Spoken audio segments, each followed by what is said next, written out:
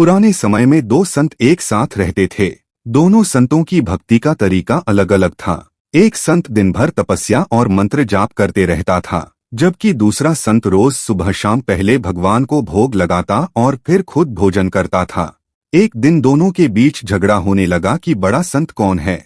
इस दौरान वहां नारद मुनि पहुंच गए। नारद ने दोनों संतों से पूछा कि किस बात के लिए लड़ाई कर रहे हैं। संतों ने बताया कि हम ये तय नहीं कर पा रहे हैं कि दोनों में बड़ा संत कौन है। नारद ने कहा कि ये तो छोटी सी बात है, इसका फैसला मैं कल कर दूंगा। अगले दिन नारद मुनि ने मंदिर में दोनों संतों की जगह के पास हीरे की एक एक अंगूठी रख दी। पहले तप करने वाला संत वहां पहुंचा। उसने एक अंगूठी देखी और चुपचाप उसे अपने आसन के नीचे छिपाकर मंत्र जाप करने लगा। कुछ देर में दूसरा संत भगवान को भोग लगाने पहुंचा। उसने भी हीरे अंगूठी देखी, लेकिन उसने अंगूठी की ओर ध्यान नहीं दिया।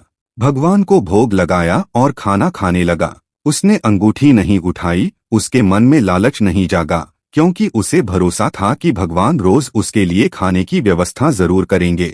कुछ देर बाद वहां नारद जी आ गए। दोनों संतों ने पूछा कि अब आप बताएं कि हम दोनों में बड़ा संत कौन है। नारद ने तपस्या करने वाले संत को खड़े होने के लिए कहा। जैसे ही वह संत खड़ा हुआ तो उसके आसन के नीचे छिपी हुई अंगूठी दिख गई।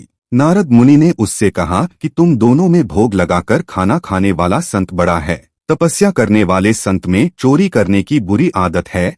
उसने भक्ति के समय में भी चोरी करने से संकोच नहीं किया, जबकि भोग लगाने वाले संत ने अंगूठी की ओर ध्यान तक नहीं दिया। इस कारण वही संत बड़ा है। इस प्रसंग से यह सीख मिलती है कि भक्ति तभी सफल होती है जब भक्त के मन में बुरे विचार न हो, भक्त बुरे काम न करता हो। जिस भक्त के विचार पवित्र हैं और जो बुरे कामों से दूर रहता है, सिर्फ उसे ही भगवान की कृपा मिलती है।